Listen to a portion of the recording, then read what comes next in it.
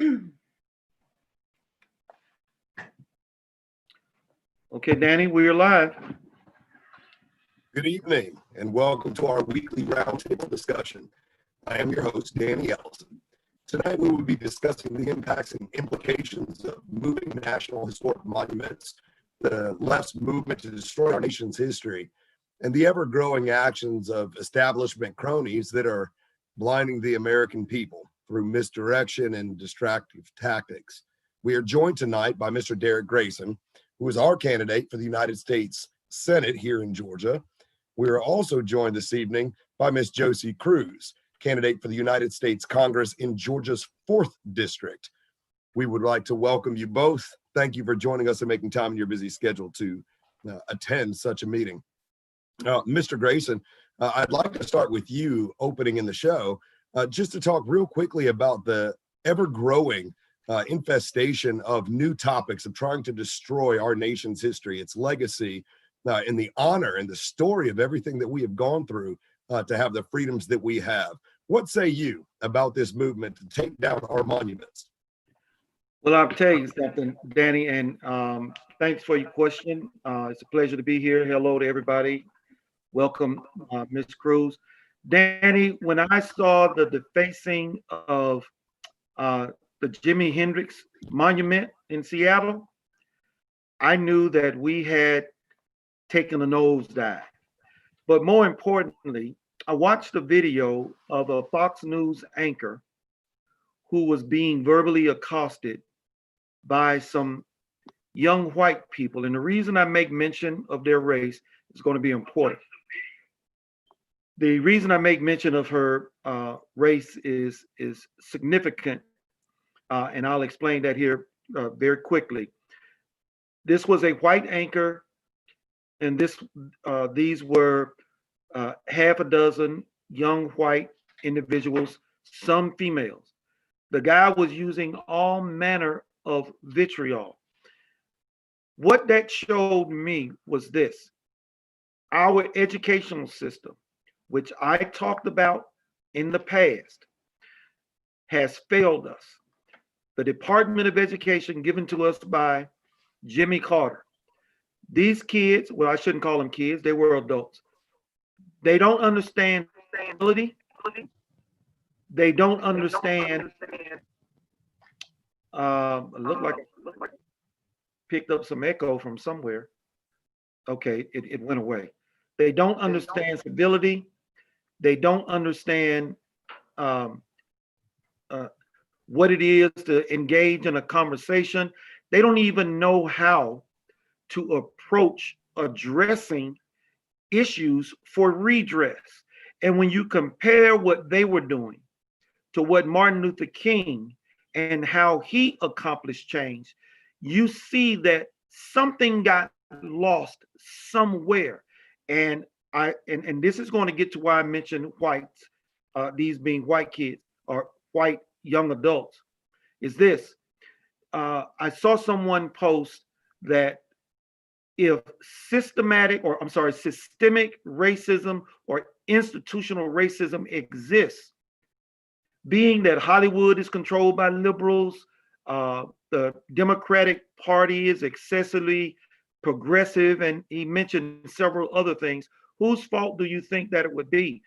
And I added my 2 cents in that by saying there is no institutional racism. It is not systemic. While there are racists in the country, that is a misnomer. That is what we are being told to believe so that we remain divided.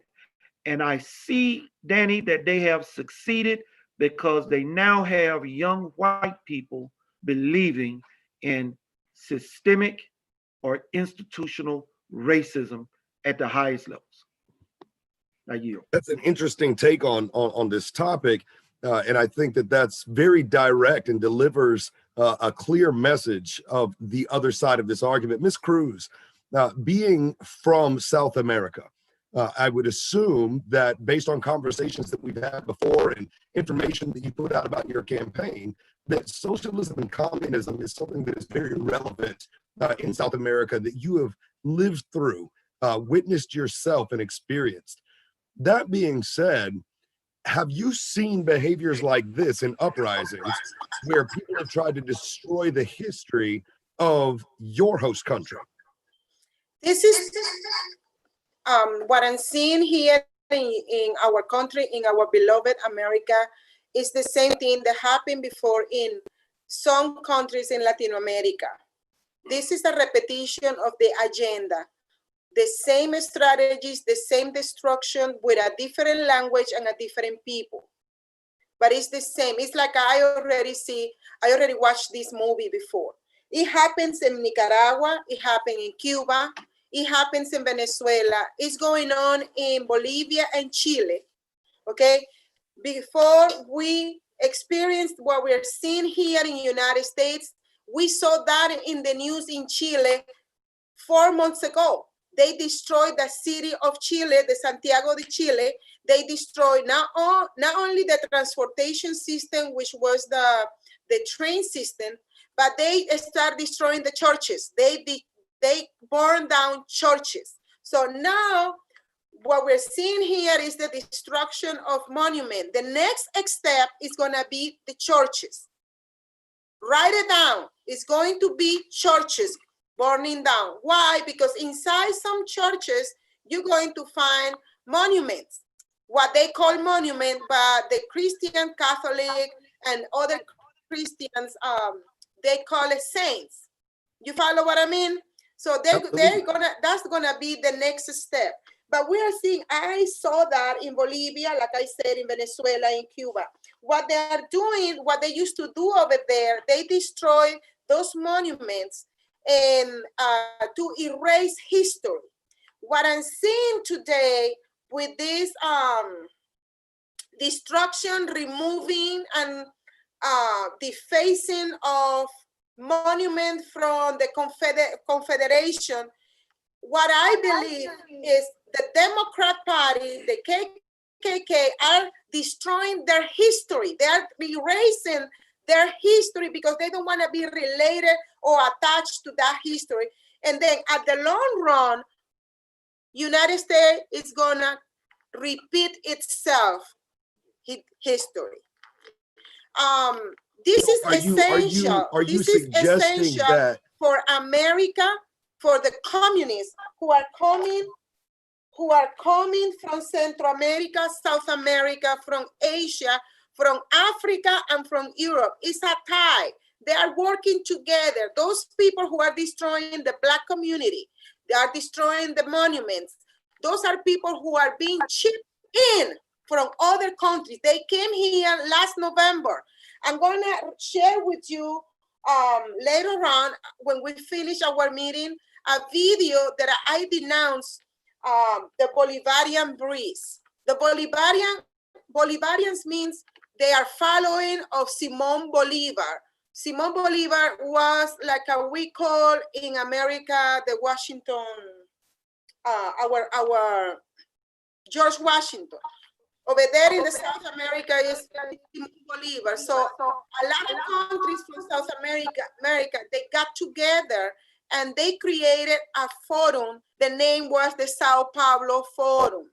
And they start planning since 4 years ago how they were going to transfer the destruction that they already promoted and created in those countries. They're gonna transfer that destruction to United States, because in 20 years, the American education system already prepared the young, the millennials mentality.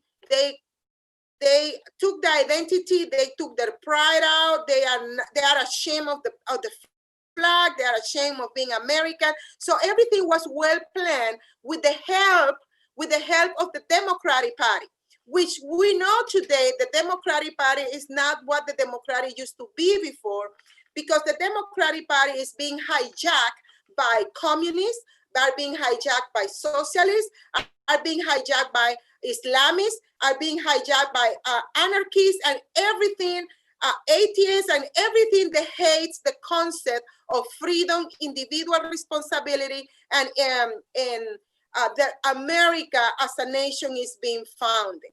So they are fighting us. Before, they used to fighting us from outside. Now they came in and they're fighting us from within. Now it's up to us, the Americans, to wake up, shake up, and see what we are going to do, because the next is going to be our churches.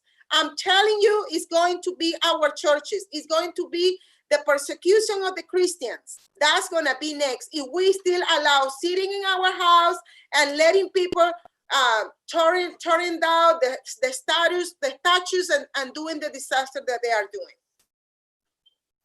That's an interesting take and a lot of information delivered all at one time.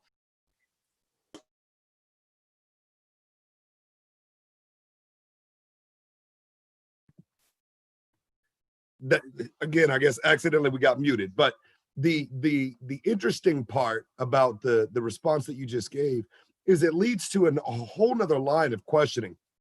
So, Mr. Grayson, let's say that Ms. Cruz is spot on, and what history showed us in South America is getting ready to unfold here in America, that the next thing under attack, which we've already seen legislatively, is the attack of our religious freedoms and liberties.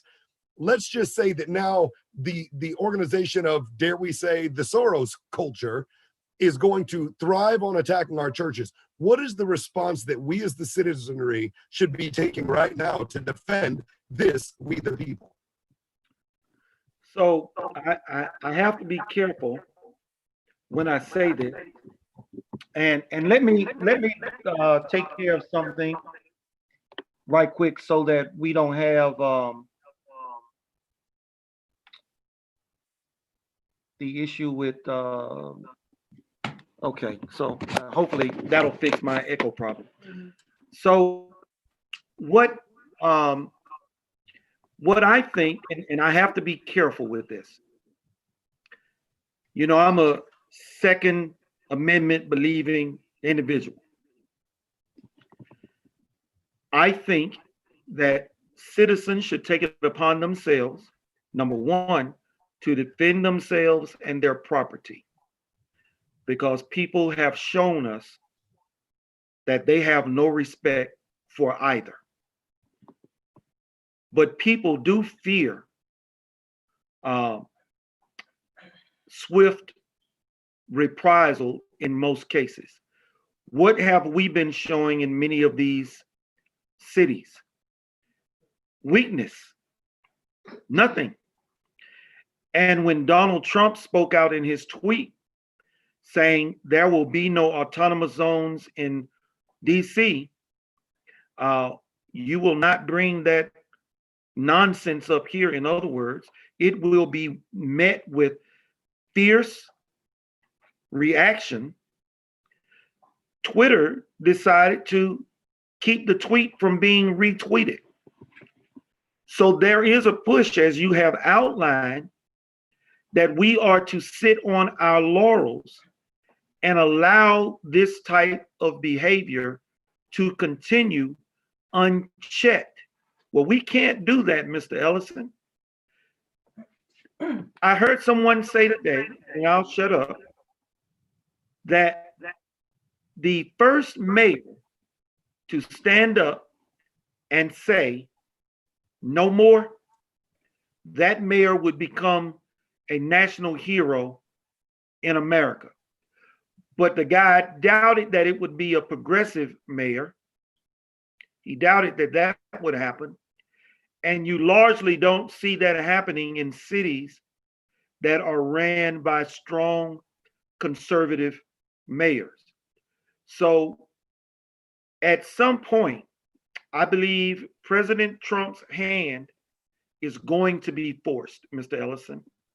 I believe he is going to have to act on behalf of the people, because these mayors and these governors have not.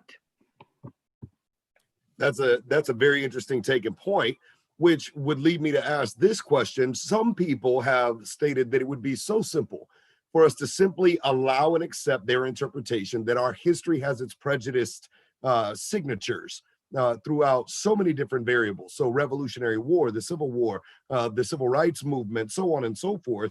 and that these statues were erected in a sense of rebuke of the advancement that we were making as an American people. Some people suggest, well, it's as simple as taking it down and removing it and placing it in a museum next to everybody else's history, and that the states and courthouses should not take one side of history and place it in front of their buildings. What say you to that, Mr. Grayson? Abraham Lincoln gave us the Emancipation Proclamation. What was the problem with his statue? Christopher Columbus played no part in racism in America. What was the problem with his statue? There are some statues that rest in the rotunda in Washington, D.C. There's one of a gentleman's name that escapes me, but I did some research on him a couple of years ago.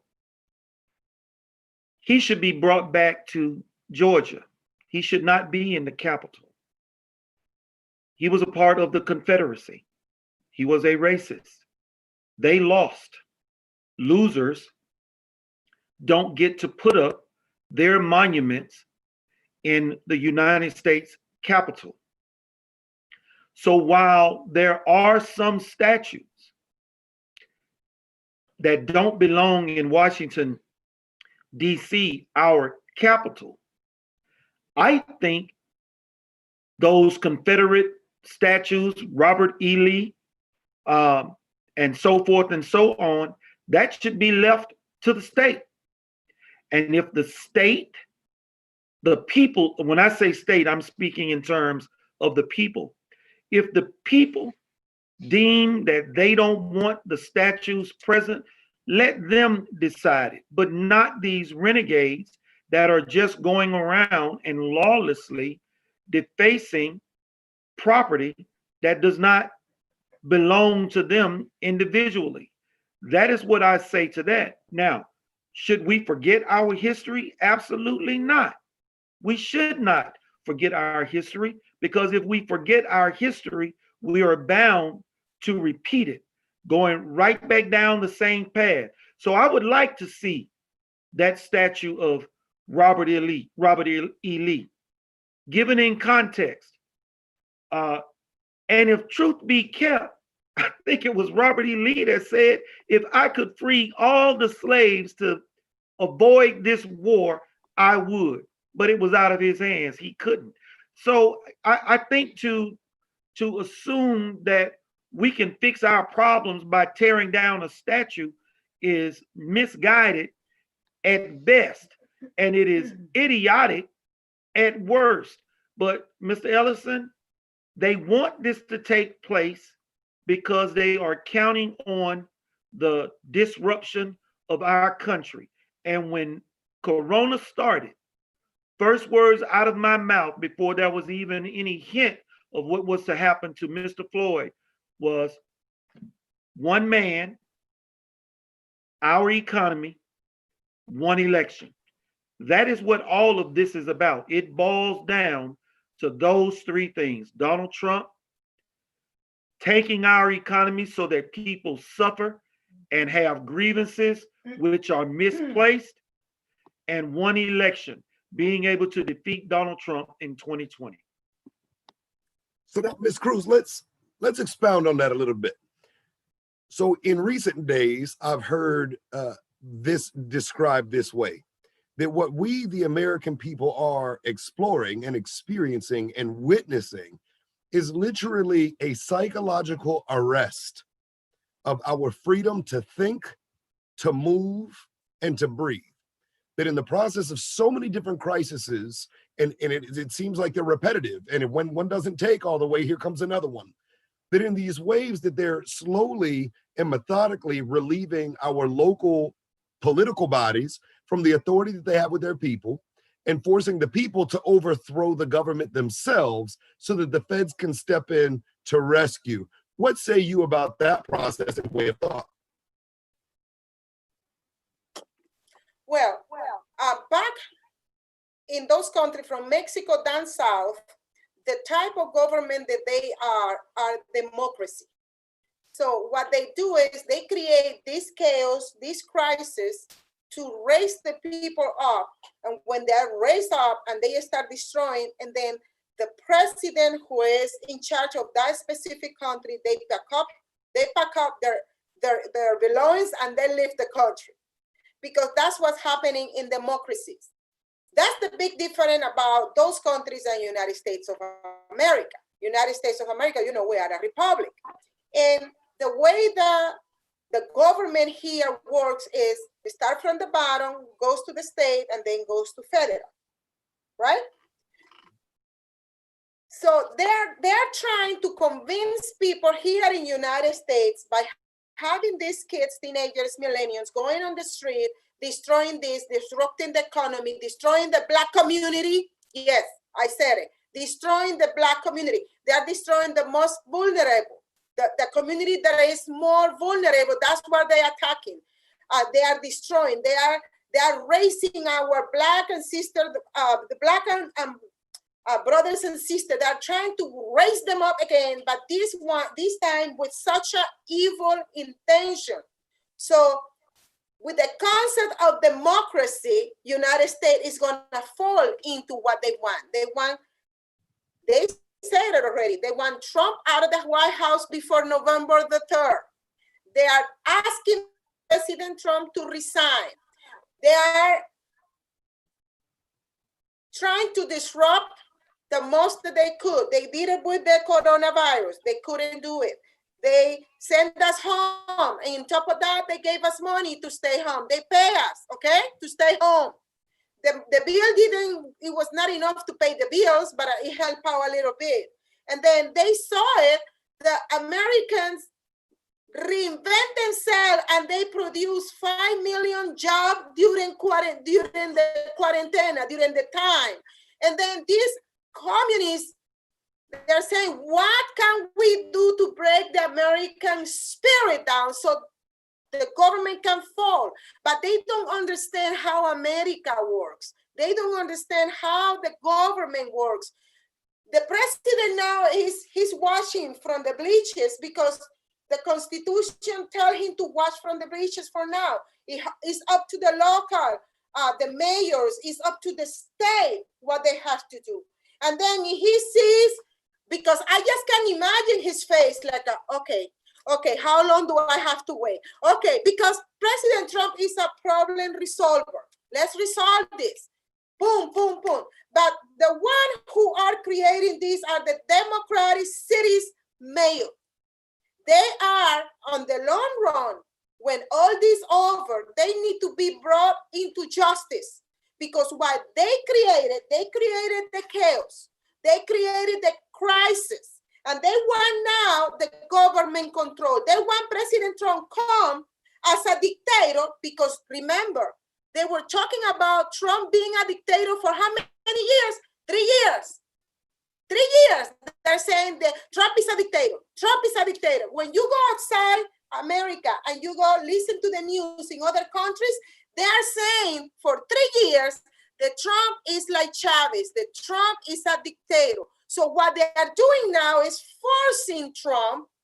You follow what I'm trying to say. They are forcing Trump to become the dictator that they want. So they can say, I told you he was a dictator, but they created the atmosphere, they created the chaos, the crisis, and now they are waiting for him to intervene. But this is like that fight, Carlos, with the two bodies. How you call that? The judo fight. You know that you use the force of the other person when you fight body by body. How do you call that? The judo? Jiu-jitsu. Okay, the judo. So this is between that power, those communists from outside and inside, with the help of the Democratic Party, with those mayors in those cities, in those democratic states. They are fighting body by body with the president to make him to become the dictator that they wanted. And then it's going to be a different story. So let's take this, theoretically and roll this over, Mr. Grayson, and put this in the next landscape and close this with a wrap. Mr. Cruz is talking about the president being forced into a bubble. The world is pushing him to a place where he has to dictate. How far does this have to go before it becomes okay to institute martial law and invoke the presidential right and authority of the federal government over the states? Okay, I'll be happy to take that on. Let me admit Miss Catherine Bernard here into the room, and I'll take on that question. Uh, Hello, Miss Catherine. Mr. Ellison, I think the bubble will burst when there is a national news event of either Antifa or Black Lives Matter individuals taking the lives of innocent civilians. At that point, President Trump will have what he needs to say to mayors, act, or to governors, act, or it shall be the Insurrection Act. Yes. Heretofore, what we have seen, I've only heard of one individual being killed at this point, and that was inside the autonomous zone in Chad, Seattle. And everything else has been property damage. But if that does not get the president to bite, I think they'll take it to the next level. Now, I'm no mind reader. I'm just only going by, what I have seen. When you want to make something happen, you got to ramp it up. Dare I say, God bless us. And I pray that we find a solution as a nation and as people that keeps us as far away from the path of revelations that is laid before us. But if we must go, then we shall go together, governed by that which we know our country to be governed by. I'd like to take a moment to welcome Miss Catherine Bernard. Thank you, Mr. Grayson and Ms. Cruz, for indulging me for the last 30 minutes in such a hot button topic. Ms. Catherine, to catch you up in what we were talking about the climate in our nation where people are trying to remove our history. They're fighting over anything that can be fought over. It has been suggested that next is the churches. Before it was race. Now it is the statue, and it is the Constitution being unraveled. It is economics. It is our healthcare system. Everything is under attack, and there's no bars held at this point. I'd like to offer an opportunity, Miss Bernard, just for you to take over and share and speak with the people. I'm going to give you about 10 minutes for you to come to the table and discuss what you're here to do, obviously. But if you would, just in your experience for a moment, follow up with what you feel based on the topic that we just discussed. Well, gosh, there is a lot to talk about there. And you just brought up, I thought I knew what I was going to talk about tonight, but you bring up the statues issue, which is a very interesting one. I actually got to spend Father's Day with my dad, who grew up in Southside Virginia, who, went to a high school that got integrated, when he was a 9th grader. And so he was, he grew up in a culture very much steeped in these kinds of statues and things.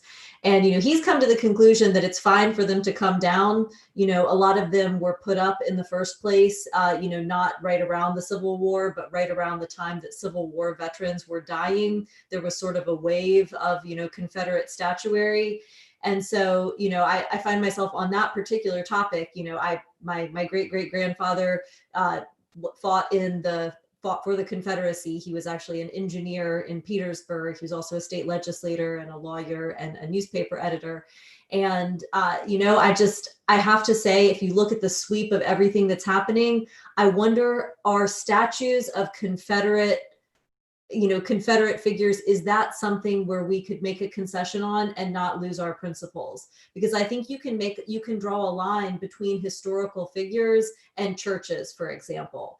And I do wonder if we find ourselves, that might be a line that is, more principled to draw and represents, more of a focusing on what actually matters. Because I find myself saying, why are we talking about statues on either side, whether the tear down side or the leave them up side, when it's statutes, the laws that, our country has been governed by or not governed by, when that's what makes so much of a difference. And so on that subject, I did want to bring up, some of the criminal justice bills that have been coming through the Georgia legislature in this, very highly accelerated final week, because I think they do have some relevance for our federal candidates as well. Unfortunately, we have not had a bill to end qualified immunity. That is a federal issue that will have to be taken up there. But we did have a bill passed to end sovereign immunity, or at least to allow the state to be sued for unconstitutional laws and get some injunctive relief. But unfortunately, this week, this is the final week of session, sine die is going to be Friday. The Senate takes this bill, that's already been passed, guts it, and adds the casino gambling amendment instead, which is just, such a betrayal of their legislative duties on so many levels. One, why are we even talking about casino gambling when we have such core justice issues? We have people fighting in the streets over our Constitution. These are, there are priorities beyond casino gambling. And then, secondly, I mean, to get rid of sovereign immunity, our one chance to actually hold the government accountable, it just sends such a clear message about their priorities. But I do want to share a little spot of good news, because I know it can seem pretty grim all of the time. But we did actually have kind of a big victory today in the Georgia legislature. Senate Bill 344, it was bad from the beginning, because while it purports to allow video conference appearances for defendants, which, sometimes that can be convenient, there was no option for the defendant to insist on being in court. So under this new law, if you're incarcerated and you're a defendant, they're charging you, they could have court and not even have to bring you to court and let you speak to the judge personally. And so that to me is just such a dangerous trend. It's the kind of thing you see in, these show trials in Egypt, even there, they bring the defendant into the courtroom in a little cage, so we would be going to something that would be less moral, less respectful of due process and rights than, an oppressive system like that.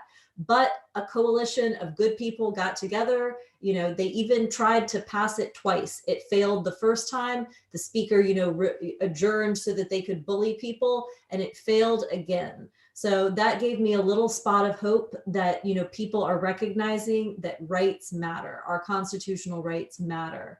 And so at the legislature, it's definitely a mixed bag, but I do, I think, as folks who are active, I know, again, I'm talking to a lot of folks who are active on the federal level, but, everybody it's that big chain, that food chain of like all the local officials who should be the most important, who should be at the top of the food chain.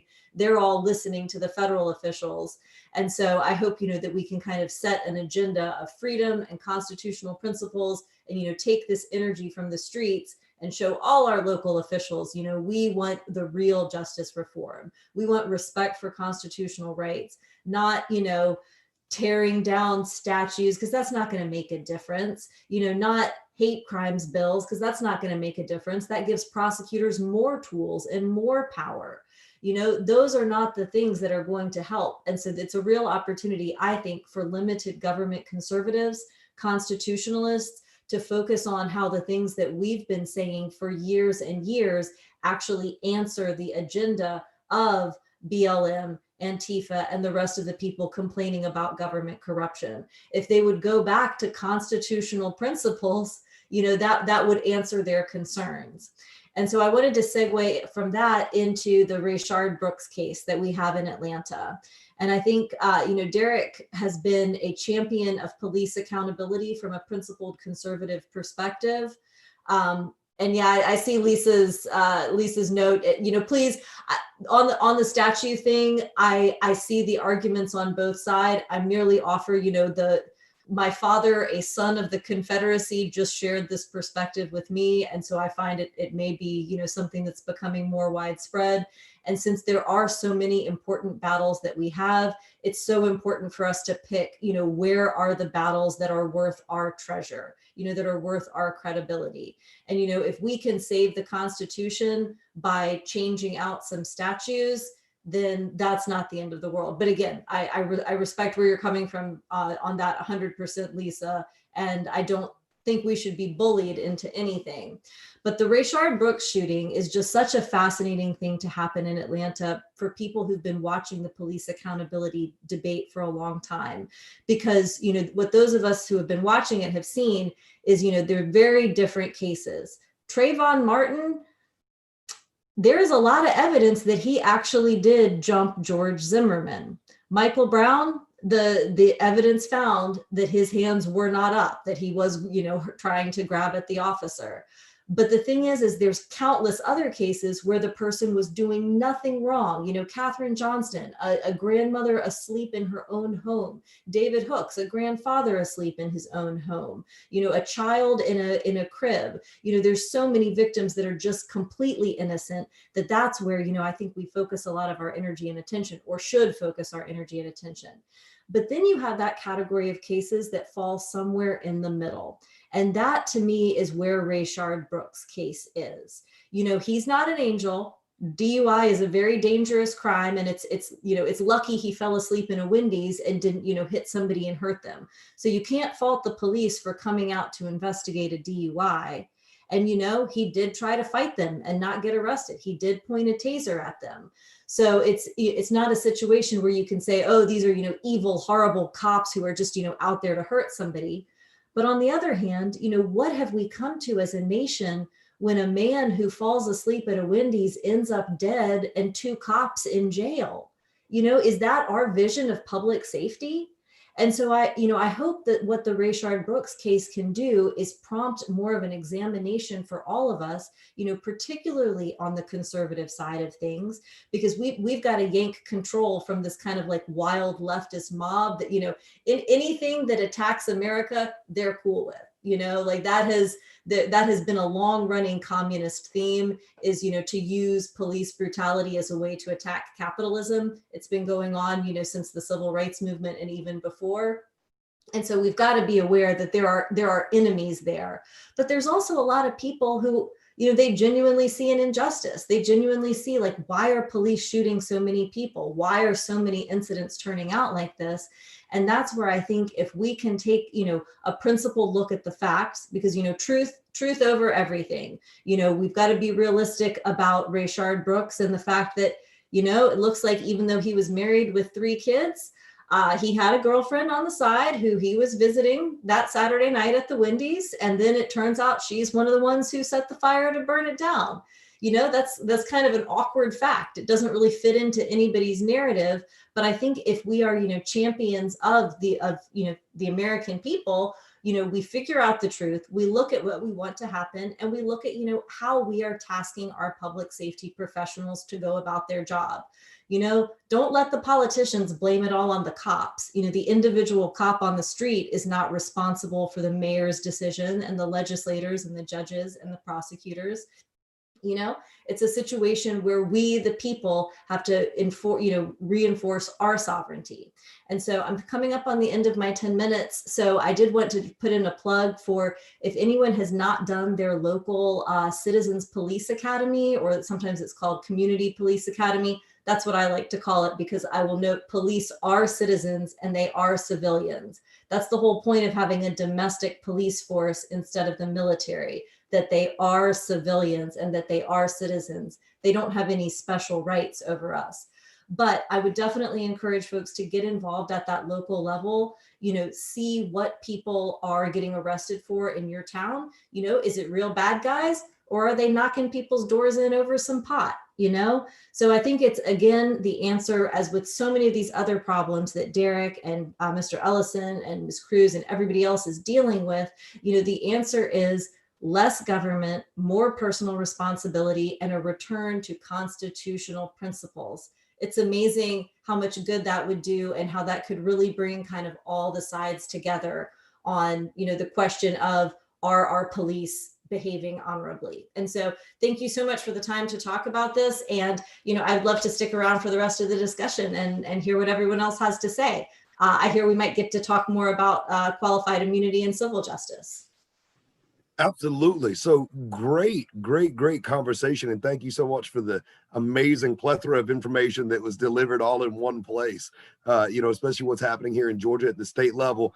Many of us are extremely busy and chasing federal issues and sometimes don't get the news hot off the press right away. So thank you for sharing with us. And I want to come back to you, Catherine, if you're willing to allow me to engage you further in this conversation. One of the questions that was presented earlier about the statute topic is, what is so wrong about saying we don't want to destroy your history or take away your history? We simply want to move it to a hall of a museum where it's right next to our history, to where the whole story is told, both sides in one building, and people can come and learn. Is that the happy medium? Is that the balance? Is that something that, Lisa in the comments would agree is a professional thing to do? And part two of that question is it important to note that a courthouse or a federal or state building itself should not side with one side of history or the other, but represent the people equally? I mean, great points all around. And to me, that does seem like a solution that might make sense, is to, move some of the statuary that is, right there in the public square to, a Confederate cemetery, or to, a history museum, to a place where it does not, dominate the entire public conversation. Because I don't think, you have to, I don't think it's just a racial thing to be concerned about why one particular historical event might be dominating the public conversation. And you really get into some tough stuff in Georgia history. I mentioned, I'm from Virginia and, grew up learning a lot about the Virginia's role. But Georgia, as everyone probably knows, was, probably the state that suffered the most in the Civil War, that was just destroyed the most. And so, Georgia has struggled, during Reconstruction, after the war, financial struggles, physical struggles to rebuild infrastructure. In fact, kind of just a little bit of a tangential point, that's one reason that Georgia has kind of one of the worst penal systems in the country, is because they have always relied on convict labor. After slavery was ended, they had to keep their numbers up because otherwise they couldn't build roads, they couldn't do public projects. And so that has really affected Georgia's culture in a way that, I hope people can be conscious that it's not just a race issue, it's a police state issue of the state wanting to take control of certain people's bodies. And it might have been easier for them to take control of certain people's bodies based on race, but they did it to a lot of folks. But so I do think that if you look back at Georgia history, making the Confederacy the center of it, like there's a lot of reasons why people might think it's time to move on from that, after 150 years. So yeah, I think that sounds like a great compromise solution. And, as long as we can avoid just kind of the mindless destruction that we saw in Oakland Cemetery, for example, that beautiful old lion, that the memorial to the unknown Confederate dead. And I mean, honestly, that was the picture that made me the saddest, to see how they had destroyed this, beautiful piece of statuary and spray painted "dead loser pit" on the grave. And I'm like, to me, that's not the message of someone who's trying to win hearts and minds and show the justice of their cause. That's the message of someone who is trying to sow division and discord. And, they are trying to emphasize hate rather than unification. So I would absolutely agree with that. And I would hope that from conversations like this, we can arrive at functional solutions that are beneficial to we the people. And I think, Catherine, you brought up a very valuable point, and that is that if we restore ourselves to the Constitution and the principle of the Constitution, we will find that we have more to worry about than where a statue is or whether a statue stands or whether it does not. Mr. Grayson, coming back to you, I'd like to bring you back into this conversation to follow up behind, Ms. Bernard. She shared a lot of information with us, especially at the state level, that doesn't necessarily feed her into what we do in our federal platforms. And I would just be interested in crossing over and hearing from you, Mr. Grayson. What did you hear from Ms. Bernard? So I gotta tell you, I have known Catherine for better than I would say close to a decade. I know going back to 2012 at least. Um, I have seen her work. I have seen her run a law practice. I have seen her take on cases pro bono. I have seen her give voice to people that had no voice, especially when it came to um, not receiving justice. And Catherine is largely responsible for opening my eyes to the ills of our, or shall I say, individuals within our justice system. Because I used to be one of those death penalty uh, supporting staunch conservatives, pull yourself up by your bootstraps, and you know all of that. But when you start to working with people and getting to know them as the person and not necessarily the act, and you see the circumstances to a lot of things, um, it brings me back. Well, Catherine brought me back to what I cited earlier about Martin Luther King. I want to know what type of a system made this person. And that's why I always go back to the governors, the mayors, the sheriffs, the police chiefs, the politicians. Uh, Catherine, we worked together in trying to stop Georgia from making legal on the books what's already illegal in Georgia uh, code, and that is the no-knock search warrant. That was an eye opener. And the things that she just mentioned earlier. So Catherine brings somewhat of a gentle quality to getting people to understand how corrupt those bastards in DC and under the state house are. She tries to reason with them and present the facts as I would expect a lawyer would. I'm a little bit different. You're a bastardization of what the people elected you to be. You need to be gone. And I was asked once, Danny, and I'll shut up. Well, Mr. Grayson, how are you going to work with politicians in DC? And I said, if they are violating the Constitution, if they are screwing over their constituents, if they're lining their pockets, why would you want me to work with them? I would think you would want me to expose them. So what Catherine does, and Catherine, I know I'm, tooting your horn. I got nothing but admiration for the work that you do. Catherine is fighting the fight where they play. Okay. Danny, you and I and Miss Cruz, we're trying to fight this fight out here with the public, getting them to understand. But Catherine actually goes into their arena and tells them about their bills, gives them the facts, lays it out to them. And unfortunately, more times than not, they don't listen. But on those occasions, like with the bill that she just mentioned today, that they tried to pass twice and it failed, she did her job. So Catherine, you keep doing what you're doing. So that was a long way around, Mr. Ellison, of my saying she has my respect.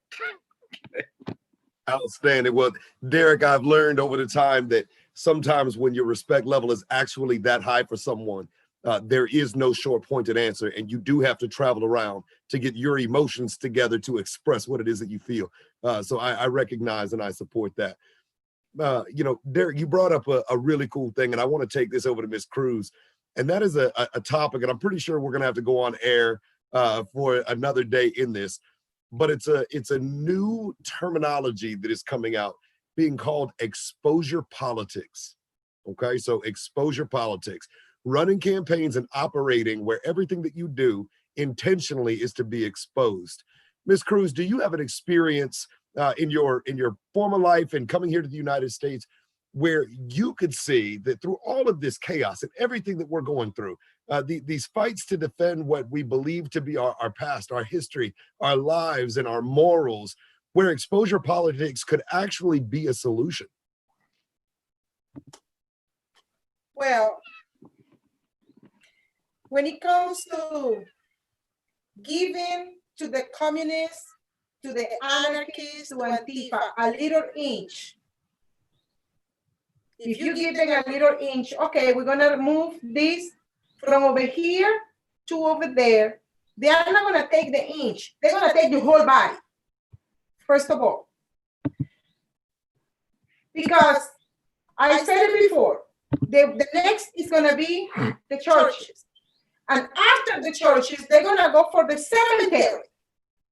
That's what happened back in those countries. They went for the cemetery, they destroyed the statues in the cemetery, they dig out the bones from those leaders from the cemetery. What I'm trying to say is what we are fighting is not people you can talk to them and get in a common ground and get into a contract. We're gonna do this and you're gonna respect my part of the contract. They only want you to respect the part of the contract that is affecting their part. They will not respect what is our part. Of course, what Miss Catherine was saying earlier about, okay, removing the statue from one part to another, okay, that will work, but it will not solve nothing because you are giving them an inch. We are losing an inch and they are winning a mile. So what we are confronting is enemies from, and I get passionate about this. What we're confronting today is enemies within who hates the Constitution, who hates the Bill of Rights, who hates the preamble, everything that comes together with it. They will put you, okay, let me put it this way, in another way. President Trump was trying to get into a business trade with China. President Trump learned that he cannot sit down with communists and try to do a trade contract, because what they did when they start losing those benefits that they have for 30 years from the United States, they deliver the coronavirus to us. So he learned that you cannot sit, Americans who are constitutionalists, who are patriots, who love this country, cannot sit down with communists and trying to get the solution through contracts or talking. Because when we are going, they're coming to us 3 times after that. I mean, we need to wake up. What we're dealing today is not the regular people that we used to deal before. This is other time.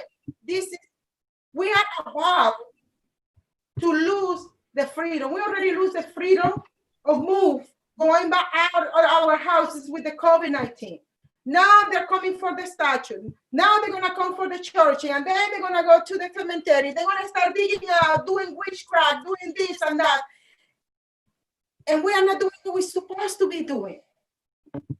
What we're supposed to be doing, defending. We're supposed to be there out there. We cannot be talking to them nicely. No, this is what I've been doing all this time. I've been going visiting others district. It's not my district, but the word has to get out. We are confronting communism. We are confronting Islamism. We are confronting anarchists. We are confronting atheists. They hate us. They hate us, and we need to stand up and start acting like American. It looks like the 150 year of peace, internal peace. People got used to be peaceful internal, but guess what? This Bolivarian breeze brought the war inside. We don't have no peace no more.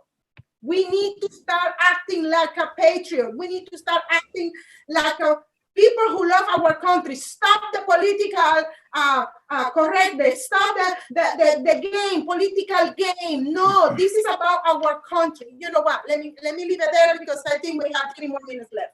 We can continue that next week. Well, outstanding. And, you know, it's a very exhausting topic. And it, you know, your energy and your excitement level, Ms. Cruz, I got to be honest, I can't wait to see C-SPAN with you in the United States Congress. It's going to be some fireworks. I want to move on next in our schedule. We've got another special guest joining us, Mr. Alex Johnson. And Alex, just to catch you up a little bit on what we've been talking about is the plethora of the culture of our society right now, and how some people want to take things away and some people want to add things, and really nobody's happy. It's them or an us. We're on one side or the other, and the idea of unity amongst us as a people has been compromised. So Alex, I'd like to welcome you on, give you 10 minutes to come in and introduce yourself and bring to the table to the people what they need to know about you, your mission, and why you're joining us tonight.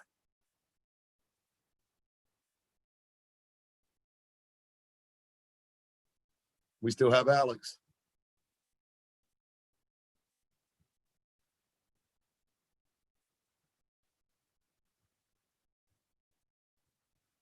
All right, maybe Alex is experiencing a couple technical difficulties.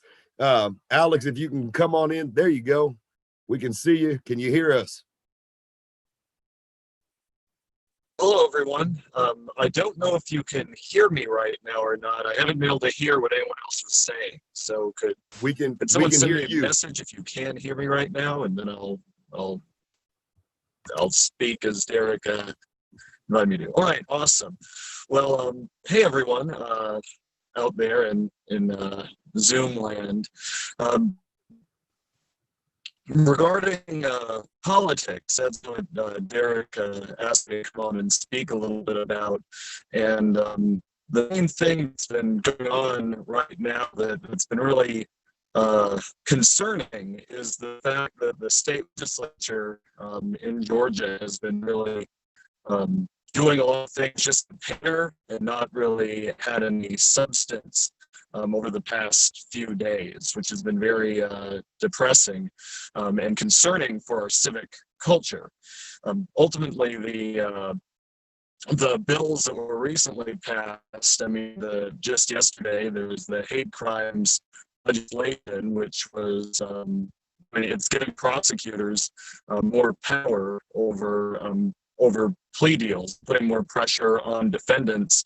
And it's very odd to me because things that are your pander comes in. I mean, the Democrats are acting as if that is going to help society, when ultimately the same politically motivated prosecutors that we've had in the past, it's not like they're going to change the prosecuting based on a bill like that. And the Republican side, I think that most of us understand that criminalizing thought is impossible. I mean, I'm sure we've all seen the movie Minority Report, but clearly both sides are trying to pander to their bases. That doesn't actually solve any of the problems we're seeing. That goes right along with that Police Protection Act that they passed. I mean, it's an odd thing to call it, but again, that's that pandering. I mean, police officers, I'm sure, would prefer, you know, higher pay or better accountability, and more or less anger at them. But instead, a do-nothing law like that, what it really does is it creates the appearance of support for police officers, but in the end, it's glossing over the problems. I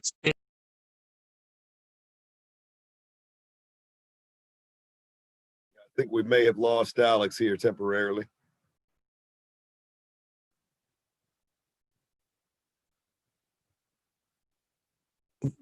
I'm going to text him to turn off. We've got live feed. We've got live feedback on.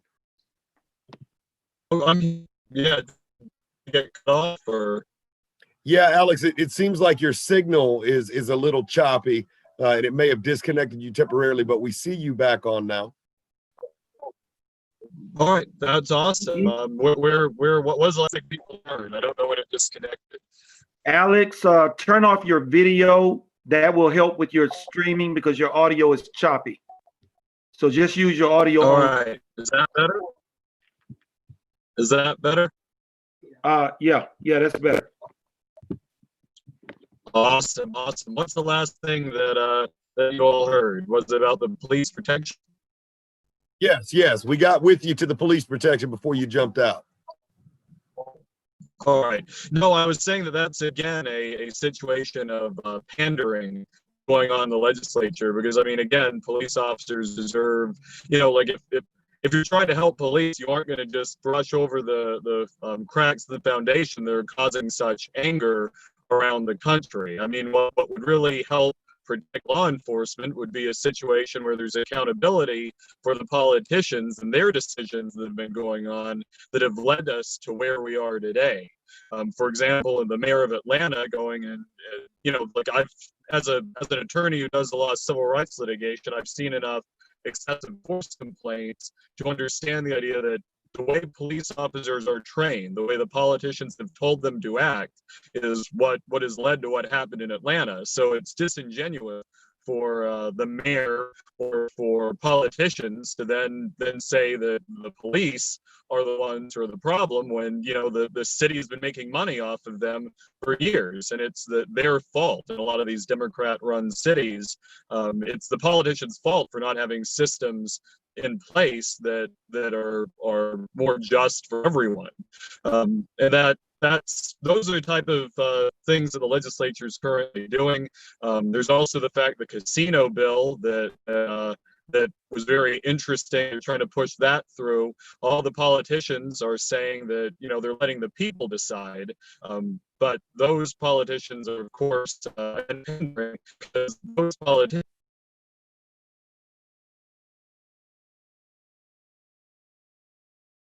All right, I think we lost Alex again on a signal technicality. Looks like he's coming. Yeah, I don't know why it cut out. I apologize. I just think that those politicians that push the casino bill are the ones who are saying that they're letting the people decide, but in the end, the people are going to be hit with millions of dollars of advertising, and ultimately they don't understand that the only gambling that'll happen in Georgia are those that are friends of the politicians. It's not as if playing on creating a free market for casinos in Georgia or gambling. Look, so those are just some of the things that the legislature is doing, which are appalling. Against the wall. Hey, Derrick, you're not on mute right now. All right, go ahead, Alex. You can continue.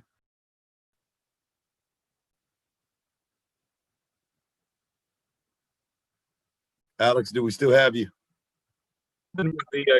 Yes, I'm still here. All right, you still have the floor, sir. The casinos.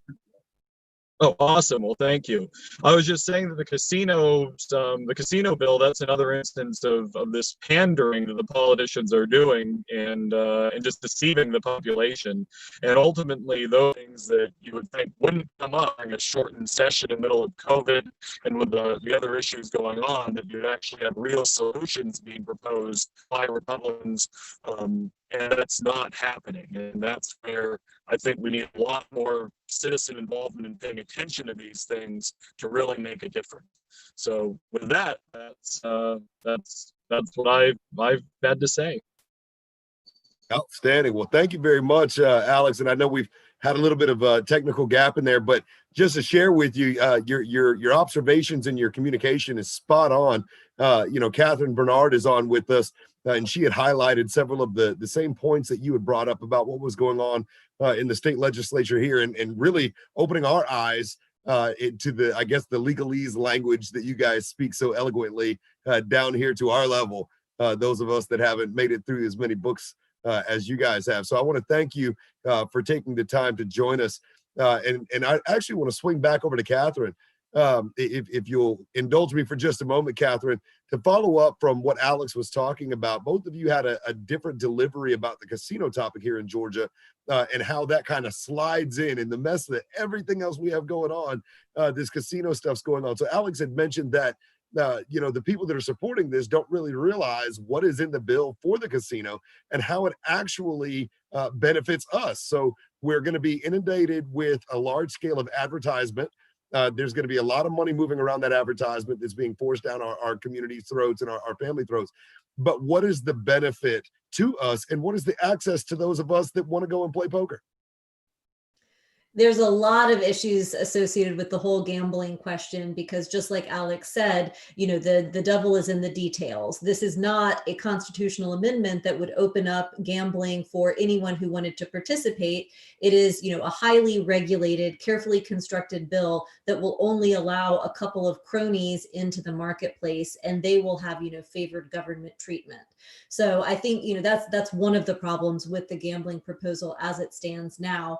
A lot of the opposition to gambling comes from people who have a problem with casinos themselves. There are people who get addicted, people who lose their money, it becomes not that nice of an area. Those I think are individual freedom issues that, should not necessarily affect whether it is legal or not. But you also have to look at, the particular players who are investing in getting this amendment to pass. And I believe one of them has been looking at City of Atlanta. There's a big piece of land called the Gulch, down in Southside Atlanta. And so there's been a lot of development plans there over the past years, a lot of questions. There's a big German firm that was going to come in.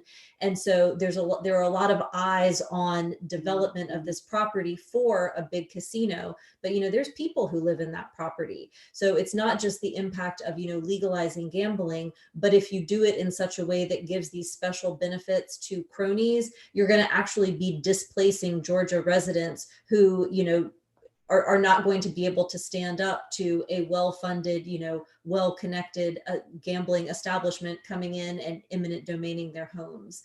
So overall, I'm a no on the vote to legalize gambling, as long as it is done in this, big government regulatory capture kind of a way. Wow. So that's why I love doing these things and having the insight from the legal perspective, right? So the thought of the lawyer and all of the implications that surround the unknown. So from avid legal professional through the thoughts of somebody that's excited about playing poker, let's shift over to Derrick Grayson. What say you, Derrick? I mean, you've got the look on your face that you want a piece of this, and I welcome you to come to the table and throw your sense in. Listen, Chief. Those people being displaced, Southside Atlanta, that's where the Negroes dwell, my brother. Mm-hmm. So they'll be the ones displaced. Yes. They'll be the ones that are moved out. And these politicians, look, these politicians make less than $20,000 a year. 17? Well, yes. Somebody said that they made, got a raise, but I don't know how true that is or not. If you were to pay attention to the expose that was done on Speaker Ralston, we all know that this man was getting his pockets lined from all over. But the people under that gold dome, for whatever reason, I cannot fathom for the life of me why not refuse to hold him accountable for the things that he was accused of doing, like depriving people of justice under the guise of being in session when he was not. So those people under the gold dome personally enriched themselves. And there is no doubt in my mind that if this was purely about gambling, and I believe, as I think it was P.T. Barnum, a fool and his money shall soon part, far be it from me to stand in the way of somebody who wants to go and gamble away their life savings. I feel that they should have the right to do so if they so desire. However, when politicians are going to be the ones that are going to benefit, and when the poor are going to be the ones that are going to suffer, then that is something that should not happen here in this state. And I would certainly be one of the first to vote against it if I were given the opportunity to do so, because I know who it is going to impact, and I know who are those that are going to benefit. So, stick with Georgia Lotto and scratch offs. That's a little safer. Well, today could be the day. Miss Cruz, you have something you want to add? You got to come off mute, Miss Cruz.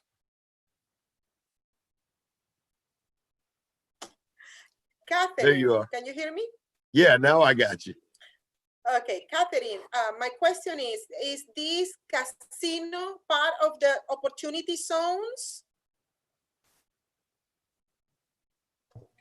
I think so. I think that's one of the funding vehicles that's being used is, City of Atlanta has what's called redevelopment powers, which, the Georgia Constitution says that a city can't take on debt without getting approval from the voters in a referendum. But if they pass the redevelopment powers law, then it provides this like funding vehicle where they can take on debt through like a redevelopment zone where they designate a place as blighted. So I think you can expect that is exactly what will happen is there will be a federal designation of a blighted zone, and then they will get all sorts of incentives and extra payments for building their casino there, which, to be fair, I think everybody should get tax incentives. I think everybody should have to pay no taxes.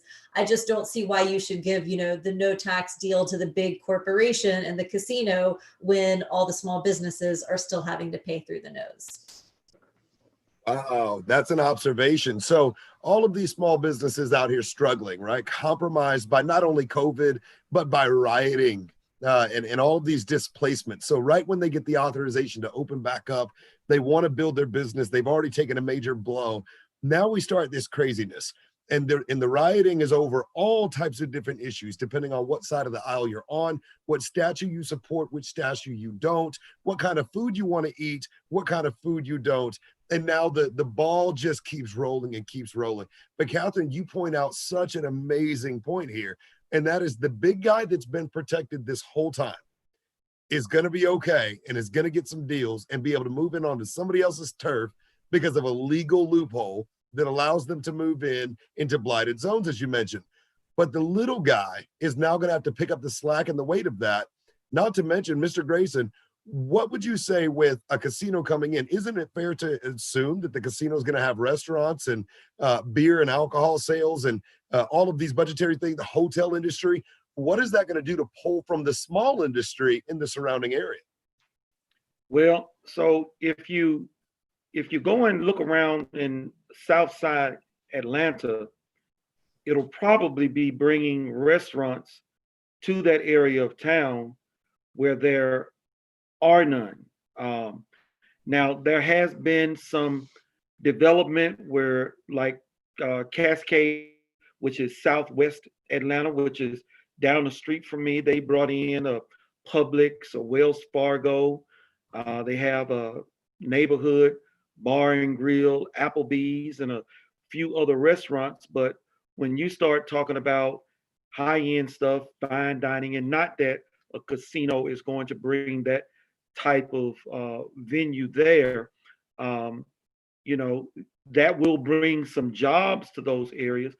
But if you go in and around Southside Atlanta, you'll see the empty properties that some have purchased, and they're just sitting there waiting on the day in many of these Southside neighborhoods. But there are still people who live there. So if you've got somebody that's been there in their home for 70 years, and all of a sudden they've got to move because it has been condemned, what do you do with those individuals? So look, I don't have a problem with people who want to go and gamble. I really don't. But the last thing I think that Southside Atlanta needs is another casino, especially where the where where we get the debt and they get the profit. This has come down. Politicians under the gold dome, the area be tax free. Hey, why not the whole state of Georgia, like Florida? But hey, this is how they do business. And as long as we have people like Catherine Bernard and Alex Johnson down there under the gold dome fighting a good fight, know that we have a voice. So that's really all I got to say on it. Well, that's a very exciting feedback, and I appreciate that from you, Mr. Grayson. And tonight we've traveled so many different avenues and ways, but the awesome thing is that they're all connected. And we've got a panel of people that have huge hearts that are trying to go out there and fight for the righteousness of the American people and for the citizens of Georgia. And we've been blessed tonight to share with Catherine Bernard and Alex Johnson about the things that they see that are going on and what they do every single day that nobody really gives them credit for. Nobody even knows they're there. I mean, I personally, down here in the south side of Georgia, didn't know that they were there working on this. So for that and sharing your information with us, thank you. And from my family and my household, thank you. That leads me to some of our closing questions, and I'm going to roll around. And I'd like to come to you, Ms. Cruz, and talk to you about what is it that you think, your suggestion, your best roadmap. What do we do as the United States to avoid becoming like Venezuela? Okay, the first thing that we need to do is exactly what I have right here. Black, Asian, Latino, and white unite. Those people want our country be divided. Okay? They are using the vulnerable to divide us. They are using the black against the white for now. But if you go to California, you're gonna see that they already start destroying the statues of very important Latinos in California area. So now you're gonna have three races facing each other, and we are letting them run us, like maneuver us, like, control us. What we need to do, what I'm trying to do, for example, on the 4th of July, with the bikers, with the American patriots, with the Republicans, with the minorities, I want everybody unite, celebrate the birth of United States on the 4th of July. Why? Because all these cities are closed. They don't want to celebrate the birth of July, the birth of United States. They are closing down the cities. They don't want to do, it's like they're punishing our country. So what we need to do is unite, first of all. When we, the blacks, the Latinos, the Asian, and the white, we understand that we are under attack by these people, the anarchists, the communists, in the race car. That's what they're doing. They are keeping us divided. We need to unite. I am calling for everybody to unite. We have to leave the pettiness here, leave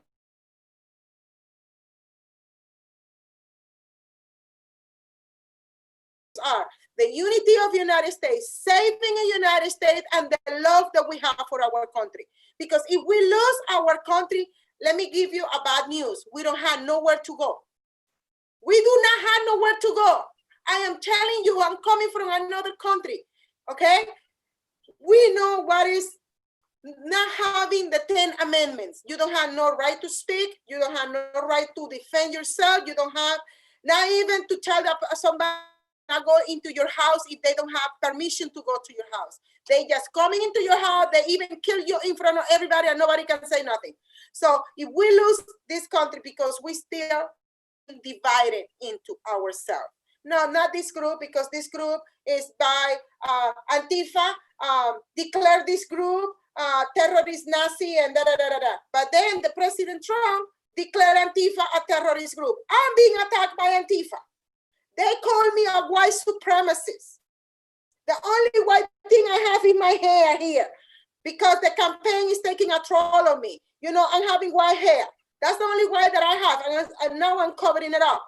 But the thing is, we need to unite. We need to leave all those issues on the side. This is a moment, this is the calling moment to unite and work together to save our country. I invite everybody here, and I know Derrick invite everybody here to come on the 4th of July for the kickoff of our campaign. He and me, we're doing it together. We're doing something different in Georgia. We're checking the people. Come on, let's go do it. Let's show love for our country. Let's show, while they are over there chanting, burning the flag of America. They are burning our businesses down. They are destroying our Black communities. They are destroying our vulnerable communities. We have to get our say and celebrate the America that we love, and we gotta do it together. That's the solution. I don't see another solution. I can't. Wow. Okay. So, Ms. Cruz, we're going to shift from your party and exploding things and partying, and we're going to go over to Derrick, and we're going to say, all right, Derrick, how explosive is this, and how do we get involved? Well, they have who scowled me into breaking out that motorcycle again. Oh, yeah. So, yeah, we will be there for the 4th of July with, is being hosted by American Patriots. So I'm not even going to go there. Scott, you know what I'm talking about. I'm going to leave it alone. When somebody bring it to me, then I'll talk about it. At any rate, we're going to be there with American Patriots, and For that production? For that production there, the goal is to raise money for radio, advertisement, newspaper advertisement, or advertisements, as they might say, in proper circles. But I doubt there will be any television ads unless it's on cable. But the goal is to get the word out. I used to say to the people, Mr. Ellison, back when I first ran, I would say, I know there's a way to win. And I think in their efforts to thwart Donald Trump, that opportunity has presented itself, and that is the social media platforms. Mm-hmm. Getting this word out, letting people know what's going on. Also, the reason why it was so important to me to invite 3 people that I have watched over the last 8, 9 years, Catherine, Hank, and Alex, do their thing, because they are a wealth of information, and it puts people in a position to vote with knowledge. And that is the most important thing than anything. So while they may be fighting that unseen battle that other people do not see, I felt that the round table, and thank you, Mr. Ellison, for the name. The round table is the perfect platform to get this information out there. And while I hope that they will come back and be here every Wednesday, their duties may preclude them from doing so, but the information will always be there, and we can always point people to them, to reach out to them individually and ask questions, et cetera, et cetera. And I want to say thank you to Ms. Cruz for having the courage to go up against a guy, Hank Johnson, who is deeply entrenched in the minds of Democrats in the 4th Congressional District. And we need to go and try and help dig them out. And Danny, thank you for all that you do, and the excellent job that you're doing in hosting this show. And of course, I cannot leave out my team. If I'm going to blow smoke up one, I got to blow smoke up them all. Scott, Lisa, Those are the John sponsors. Kritnick, Those are the sponsors. The bike ride? and Geraldine. Yeah. Yeah. So the sponsors, The bike. Fallback Productions, Racy, I'm not sure who they are, Mhm. and Patriot Party Extravaganza. But those are our sponsors here. You may not be able to see that, but there's a video on my Facebook wall. So I'm going to shut up and turn it back over to you, Mr. Ellison. Well, ladies and gentlemen, tonight we've been very blessed to be joined in attendance by Miss Catherine Bernard and Mr. Alex Johnson, legal attorneys that represent and fight for us, essentially at no cost to us. Now we're sitting back and we don't even realize they're up there holding our legislative branch that we elected accountable. And we thank them for their service, whether it's acknowledged or not. I am encouraged to speak with both of you, to hear your passion, and to know that you are actively involved in things that we don't even have time ourselves to defend ourselves from. To Miss Josie Cruz, we thank you tonight for your time, as always, on the Wednesday night show. And to Mr. Derrick Grayson, the owner and the sub-host, if you will, to the Grayson Network that meets us at 8 p.m. every Wednesday. Ladies and gentlemen, tonight we cover the topic about division, our nation being in shambles, being pulled from one side to the other, statues being declared down, statues being forced to be raised. These issues, our colors, our divides, our religious freedoms, everything is under attack. Tonight, I challenge you to buckle down and fortify your home. Fall on your knees before Almighty God and pray for the strength to join your neighbors and walk with them hand in hand. From all of us here at the Grayson Network, good night. We wish you